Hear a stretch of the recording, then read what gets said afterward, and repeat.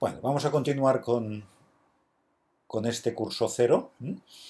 Habíamos visto en el vídeo anterior que la estadística es una ciencia para la toma de decisión en ciencia. Es una ayuda, es una técnica para tomar decisiones en el mundo de la ciencia, que hay tres conceptos nucleares: el concepto de población, el concepto de muestra y el concepto de variable, y que aparece, digamos, rodeando todos estos conceptos y siendo el núcleo fundamental, el objetivo fundamental de la estadística, el concepto de significación estadística, que en el fondo viene a decir algo así como en qué momento la variable que estoy estudiando en la muestra que tengo me permite hacer afirmaciones coherentes, fiables de la población. Cuando puedo hacer esta afirmación de cuestiones poblacionales a partir de información muestral, es cuando hablo de que el resultado, lo que digo, es estadísticamente significativo. ¿De acuerdo?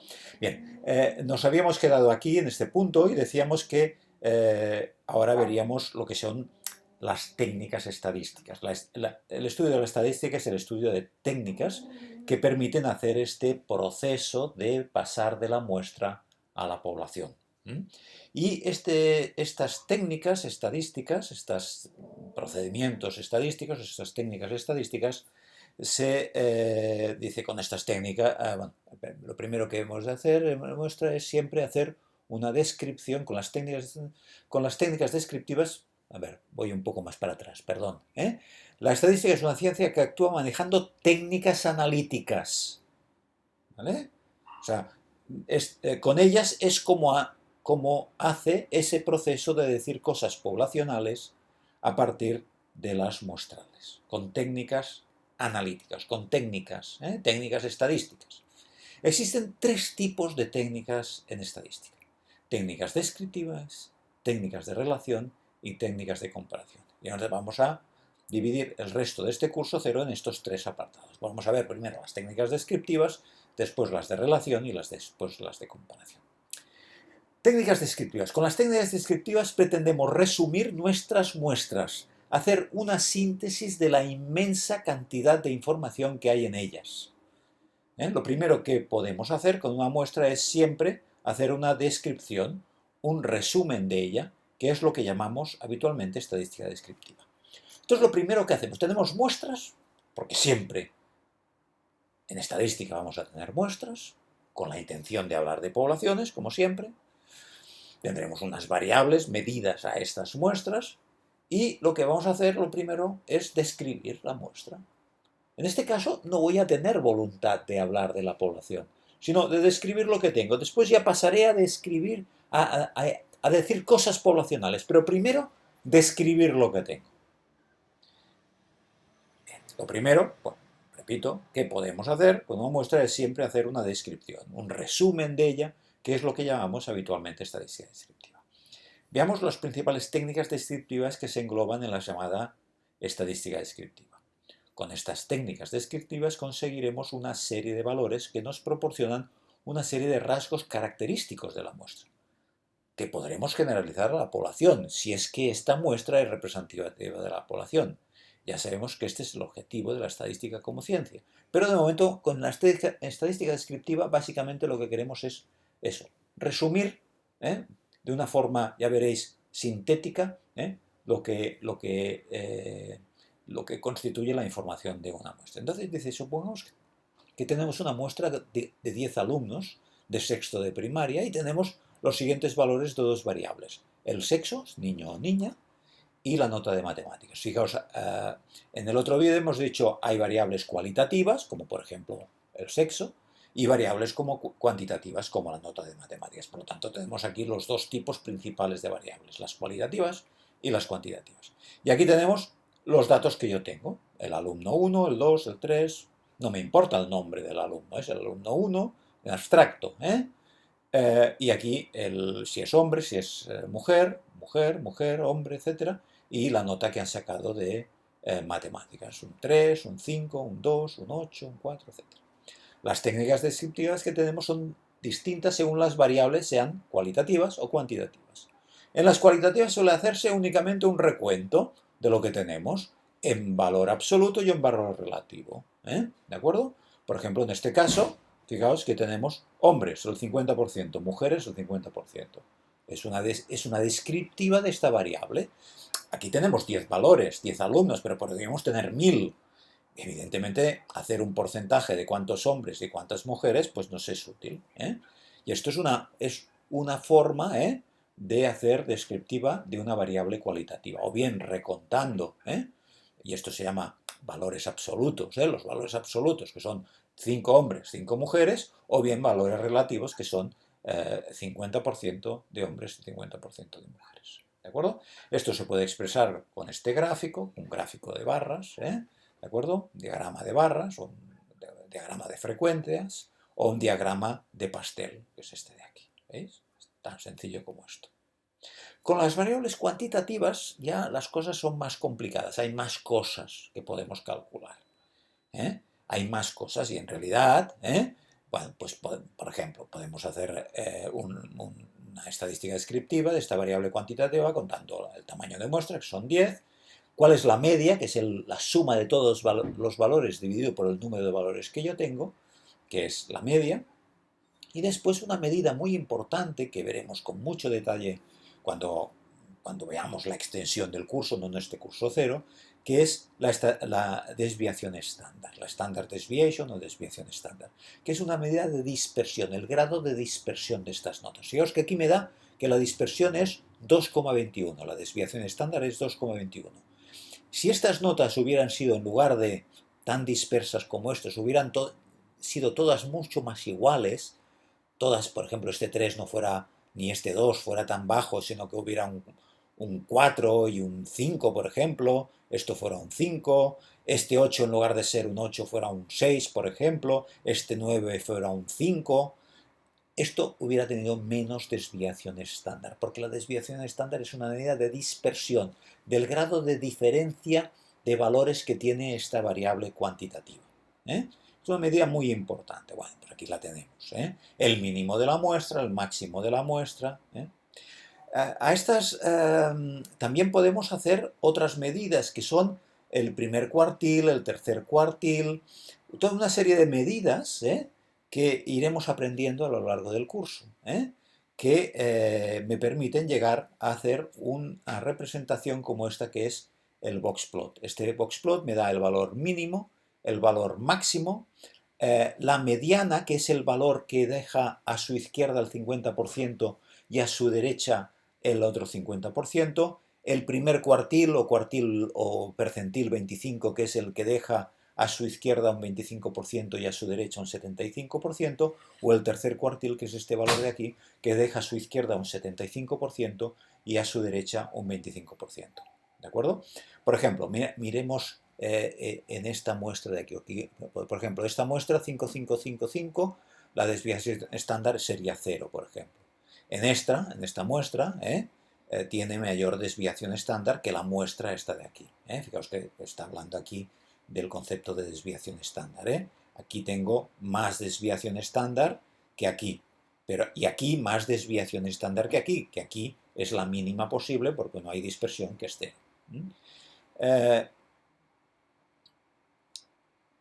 Bueno, aquí también fijaos que dice la desviación estándar 105, 106, 106, 107 es la misma desviación estándar que 10, 11, 11 y 12, porque la dispersión es la misma. Es verdad que la media es diferente, pero la dispersión, la variabilidad, el grado de alejamiento respecto a la media es el mismo en esta muestra. Fijaos que el medio está el 11, aquí en el medio está el 106 y la dispersión es la misma, y la misma distancia desde 105 a 106, que sería la media, que aquí de 10 a 11, y lo mismo de 11 a 12 que de 106 a 107, que es el valor máximo de la muestra. ¿De acuerdo? Bien, esto es un recordatorio de esto que os he estado hablando de la desviación estándar. Y aquí esto de los cuartiles. Fijaos, aquí estoy hablando del mínimo de la muestra, el primer cuartil o percentil 25. Fijaos que yo cuando tengo este valor de aquí me está diciendo que a su izquierda tengo... O sea, he dividido la muestra en 4 cuartos. por su posición relativa en el orden de la muestra. Mirad, aquí tengo otro ejemplo. Mirad, este de aquí. Tengo 1, 2, 3, 4, 5, 6, 7, 8 valores ordenados de menor a mayor. ¿Veis? El 1, el 3, el 5, el 7, el 9, el 15, el 17, el 20. Fijaos, el mínimo de la muestra, ¿cuál es? 1. El máximo de la muestra, 20. ¿Veis? La mediana, fijaos que si yo me sitúo aquí entre el 7 y el 8, el 7 y el 9, perdón, en el 8, la media, que es el 8, porque está entre el 7 y el 8, entre el 7 y el 9, perdón, tengo el 8, estoy situado aquí, estoy equidistante del 7 y el 9, ¿eh? Tengo la mitad de valores a la izquierda y la mitad de valores a la derecha, ¿veis? La mitad de valores, el 50%, esto es la mediana, ¿veis? En cambio, el percentil 25 o primer cuartil, primer cuarto, si me sitúo entre el 3 y el 5 en el 4, ¿veis? En el 4, tengo un 25% de valores por debajo y un 75% de valores por encima. ¿Por qué 75?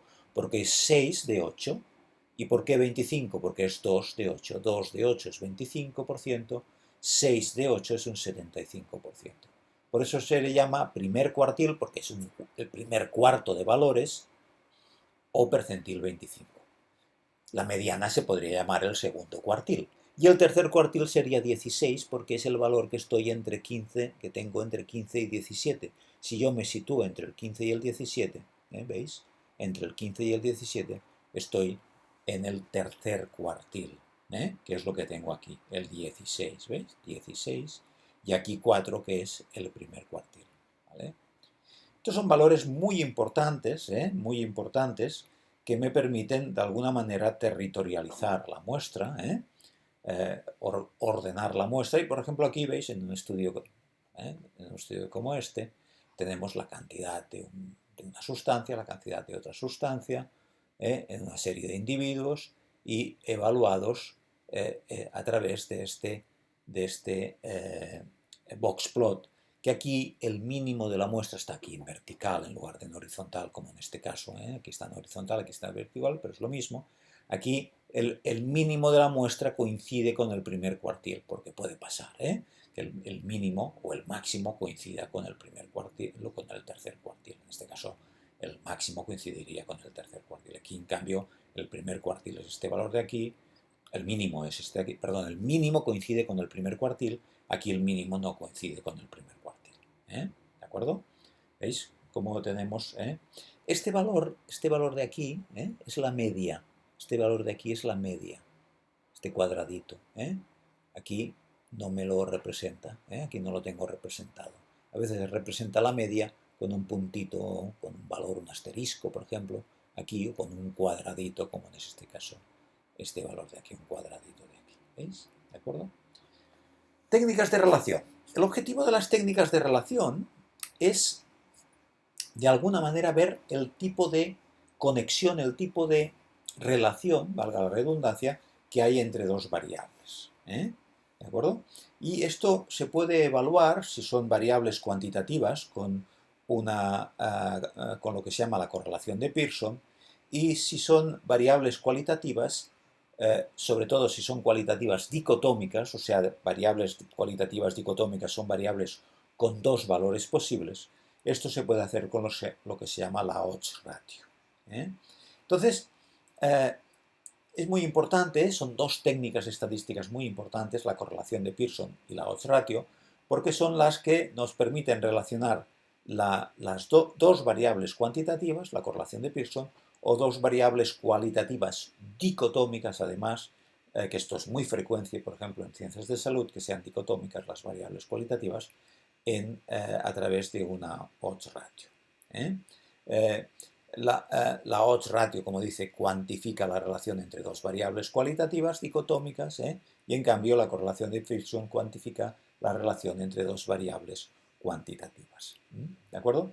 Aquí, fijaos que para desarrollar esto, son técnicas de relación. El objetivo es ver si hay relación entre dos variables. Entonces, para evaluar esto, bueno, sobre todo me centro en este curso preparatorio en lo que son la relación entre dos variables cualitativas. Y entonces aquí en concreto tenéis este fichero que se llama la odds ratio para estudiantes de primaria, que lo que tenemos aquí, si entramos aquí,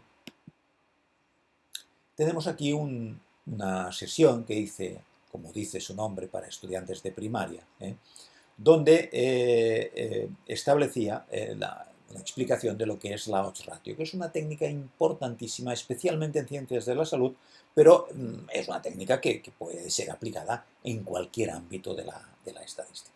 Entonces, fijaos que si os miráis este fichero, al principio la explicación es una explicación general que ya hemos visto al principio, y en concreto lo que hace para analizar la relación entre entre dos variables cualitativas es establecer lo que podríamos llamar la relación en una serie de personas a las que se les ha pedido si fuman o no, cualitativa dicotómica, y si tienen el diagnóstico por parte de un equipo médico de si tienen bronquitis crónica, sí o no. Entonces, fijaos que aquí tenemos 22 pacientes, unos fuman, otros no, unos tienen bronquitis crónica y otros no. Esto es una muestra muy pequeña, para que se entienda rápidamente. Pero lo interesante es que cuando tú quieres ver si hay relación entre fumar y tener o no bronquitis crónica, bueno, tú puedes ir mirando, pero hay que establecer un mecanismo técnico, una técnica estadística para evaluar si realmente hay relación o no entre fumar y tener o no bronquitis crónica. Entonces, un paso inmediato que hace la técnica de la odds ratio, lo primero que hace la odds ratio es de alguna manera describir o resumir o simplificar toda esta información. ¿Cómo? Fijaos, estableciendo una tabla que se llama tabla de contingencias, una tabla 2×2, donde evalúa cuántos tenemos que fumen y que tengan bronquitis crónica, cuántos que fumen y que no tengan bronquitis crónica, cuántos que no fumen y que tengan bronquitis y cuántos que no fumen y que no tengan bronquitis. Y estos son los resultados. Si os fijáis en estos resultados de aquí, os los miráis, veréis que efectivamente el resumen es esto de aquí. Fijaos un detalle que ya lo podéis captar a simple vista. Tenemos que fuman 13 personas, de las cuales 5 de 13, 5 tienen bronquitis y 8 no. En cambio, entre los fumadores, que hay 9, un poco menos, pero fijaos que hay 1 que tiene bronquitis y 8 que no tiene bronquitis. Está hecho todo muy, digamos, a propósito para que se vea esto. Pero fijaos un detalle. Yo tengo el mismo número de personas que tienen no bronquitis crónica. Que no tienen bronquitis crónica. Esto nunca lo veremos tan perfecto, pero para que veáis. 8 y 8, muy bien. Pero aquí tengo 5 y 1, no tiene nada que ver este 5 con este 1. O sea, tengo una relación 5 respecto de 8, en el caso de fumadores, bronquitis respecto a no bronquitis, y de 1 respecto de 8. ¿De acuerdo? Entonces lo leeréis aquí, pero en todo caso, lo que me interesa que os deis cuenta es que 5 de 8, 5 sobre 8, respecto de 1 sobre 8, esto es 5 veces esto.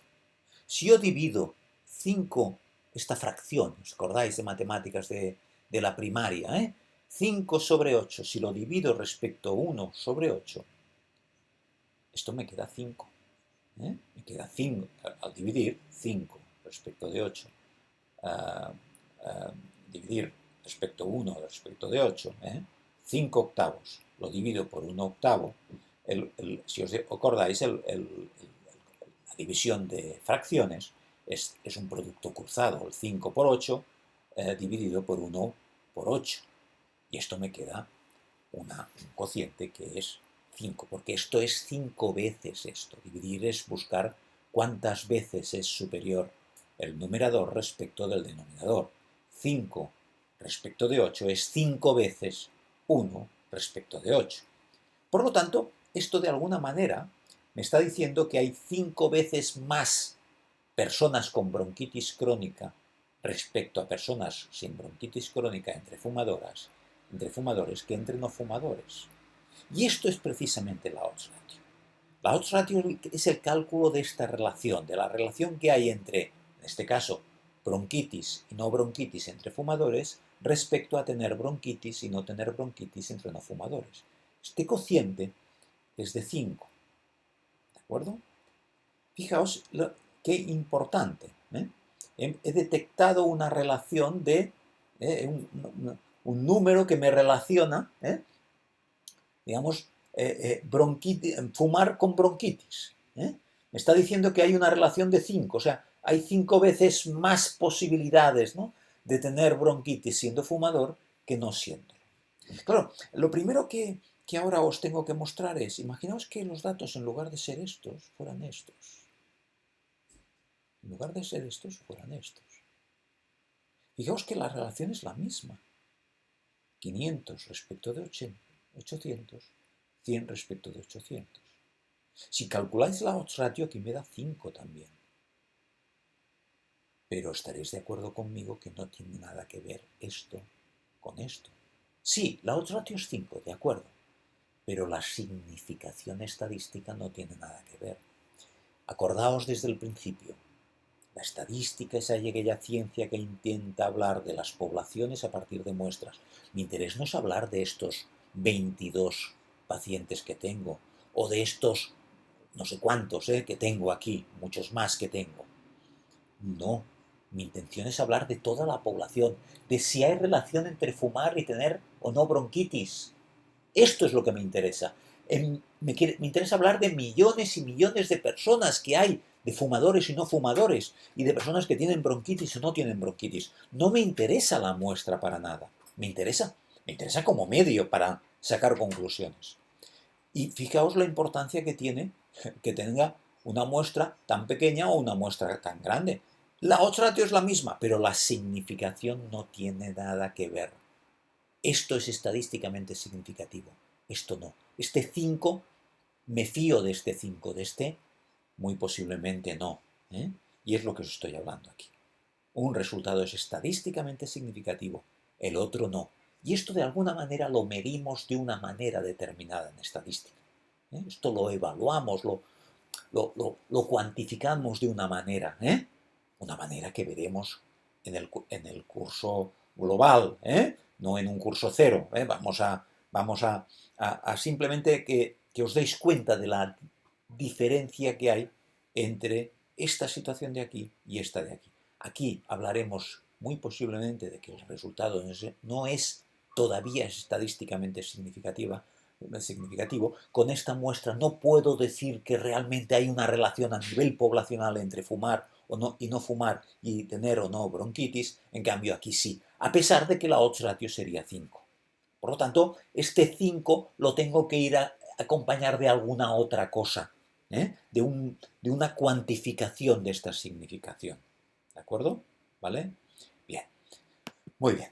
Os dejo para vosotros que os miréis este fichero y este otro fichero hecho para estudiantes de eso, y ya hablando de enfermedades de tipo cardíaco y viendo un poco el planteamiento que hago aquí y que hago aquí, para que veáis un poco este juego también de la construcción, por un lado, de este cálculo de la odds ratio, y por otro lado, de esta reflexión sobre la significación. ¿De acuerdo? Y pasemos un poco ya muy rápido a las técnicas de comparación. ¿Cuál es el objetivo de las técnicas de comparación? Ahora lo que tengo es unas poblaciones que quiero comparar. ¿De acuerdo? Tengo gente tratada de una manera, pacientes con una enfermedad tratados de una manera y pacientes tratados de otra manera. Y lo que me va a interesar es hacer una comparación, una comparación entre estas poblaciones. ¿De acuerdo? Y estas poblaciones pueden aparecer de formas muy diferentes. Y por eso dice aquí, hay que distinguir a la hora de realizar una comparación estadística varias situaciones distintas muy importantes. Comparación de dos poblaciones, comparación de más de dos poblaciones. Porque es verdad que a veces me interesará comparar dos poblaciones y a veces me interesa comparar 3, 4, 5 poblaciones. Por ejemplo, quiero comparar diferentes tratamientos farmacológicos o diferentes tratamientos psicoterapéuticos y puedo comparar 2 o puedo comparar varios, 3, 4 tratamientos. Puedo comparar una variable dicotómica o puedo comparar una variable cuantitativa. O sea, puedo comparar una variable dicotómica, a veces me va a interesar comparar 2 o más poblaciones para una variable dicotómica o para una variable cuantitativa. A veces voy a tener muestras que llamaré independientes, que son muestras que no tienen nada que ver unas con otras, están hechas con personas completamente diferentes. Por ejemplo, un tratamiento que lo doy a una serie de pacientes y otro tratamiento que lo doy a unos pacientes completamente diferentes. Esto en estadística es hablar de muestras independientes, que no tienen nada que ver unas con las otras. Y a veces hablaré de muestras relacionadas, porque a veces a dos tratamientos que quiero comparar los voy a ensayar con el mismo paciente. Al mismo paciente les daré los dos tratamientos. Y esto, cuando se puede hacer, que no siempre se puede hacer, es muy potente, es muy interesante estadísticamente. Por ejemplo, imaginaos que a un paciente le pongo una prótesis de rodilla en una rodilla y una prótesis diferente, de un material diferente, de una marca diferente, en la otra rodilla. Este paciente va a estar sometido él mismo a las mismas condiciones, va a subir las mismas escaleras, va a tener los mismos problemas, se va a quejar con la misma, digamos, nivel de intensidad, porque va a tener el mismo tipo de, digamos, de percepción de dolor en una rodilla u otra. Va a ser, digamos, va a tener un grado de sensibilidad similar, ¿no? ¿De acuerdo? Una persona puede ser más o menos sufrida, pero lo que es la misma persona va a tener un tipo de dolor y a lo mejor se va a quejar más de una rodilla que de la otra porque realmente le está haciendo más dolor y ha funcionado peor aquella prótesis en una rodilla que la otra prótesis de la otra rodilla, ¿no? Pero esto son muestras relacionales y esto es muy importante, saber si la comparación que estoy haciendo está hecha con muestras independientes, muestras relacionadas. Después también, si estas variables cuantitativas, si es que son cuantitativas, son normales o son unas cuantitativas que no son normales. En estadística el concepto de normalidad, os lo anticipo, como un paso previo a lo que veremos a lo largo del curso, el concepto de normalidad tiene que ver con el concepto de campana de Gauss. Cuando una variable es normal, quiere decir que es una variable cuantitativa que tiene forma, su variabilidad, su dispersión tiene forma de campana de Gauss. Y cuando no decimos que no es normal, es que no tiene forma de campana de Gauss. Bueno, pues todos estos elementos son elementos fundamentales que hay que tener en cuenta a la hora de evaluar evaluar una comparación entre poblaciones. Por lo tanto, fijaos que también podremos hacer comparación de proporciones, comparación de medias, comparación de medianas, comparaciones de distribuciones, comparación de correlaciones, comparación de odds ratio. O sea, la gama de comparaciones que podremos hacer es elevadísima y es muy compleja. En todo caso, lo que me interesa es que nos quedemos con estas técnicas de comparación, con la idea de que muchas veces nos va a interesar desde el análisis de muestras, comparar dos grupos diferentes o más de dos grupos diferentes, y a veces nos va a interesar comparar odds ratio, nos va a interesar comparar proporciones, nos va a interesar comparar medias, nos va a interesar comparar dos poblaciones, más de dos poblaciones, variables dicotómicas, variables cuantitativas, tendremos que tener en cuenta si son muestras independientes, muestras relacionadas. En todo caso, lo que me interesa es que os deis cuenta de que todo esto es complejo, ahora lo estamos viendo muy desde lo lejos, y el curso va a consistir en penetrar en este lenguaje, en este tipo de problemática, pero que siempre nos vamos a encontrar con técnicas descriptivas, con técnicas de relación o con técnicas de comparación tendremos siempre muestras. Para hablar de poblaciones tendremos variables que cuantificaremos y al final lo que queremos ver es si lo que vemos en la muestra, sea una relación, sea una comparación, lo puedo generalizar a la población. O sea, si estoy hablando de un resultado estadísticamente significativo. Y esto es el gran problema, que los seres humanos somos limitados, tenemos información parcial de las poblaciones, no total. No somos dioses, que lo saben todo, sino que somos humanos. Y los humanos queremos, aunque no tengamos las poblaciones, poder vislumbrar cómo son las poblaciones. Igual que un juez que no estuvo el día del asesinato, pero que intenta, o la sociedad le exige, le pide, que de alguna manera se pronuncie, tome decisiones, haga pronósticos de si realmente aquella persona podemos considerarla asesino o no. Es decir cosas que no tengo a partir de información lo más analizada coherentemente de lo que tengo. Y este es el problema de la estadística. Y con esto acabamos este curso cero, esta visión introductoria, pero que nos puede permitir dar una visión de conjunto, un poco de cuál es el lenguaje, cuál es el paisaje de la estadística. Paisaje que ya veréis que es apasionante, que es muy interesante y que es muy útil para la ciencia. La ciencia no puede funcionar sin estas decisiones. Igual que en el mundo, en la sociedad, no podemos funcionar sin unos árbitros, unos jueces que tomen decisiones cuando hay conflictos. Así funciona la sociedad a través del derecho y así funciona la ciencia a través de la estadística. Los estadísticos somos, de alguna manera, los jueces, los que decimos si un resultado muestral es significativo, es extrapolable a la población, a las poblaciones. Y esto es muy importante que lo tengáis en cuenta y que os deis cuenta de la importancia, de la trascendencia, de lo decisiva que es esta ciencia que vais a estudiar a partir de ahora. ¿De acuerdo? Bien, muchas gracias y muchos ánimos y mucha energía para enfrentarse a una materia difícil, pero apasionante como es la estadística. ¿De acuerdo? Venga, un abrazo a todos.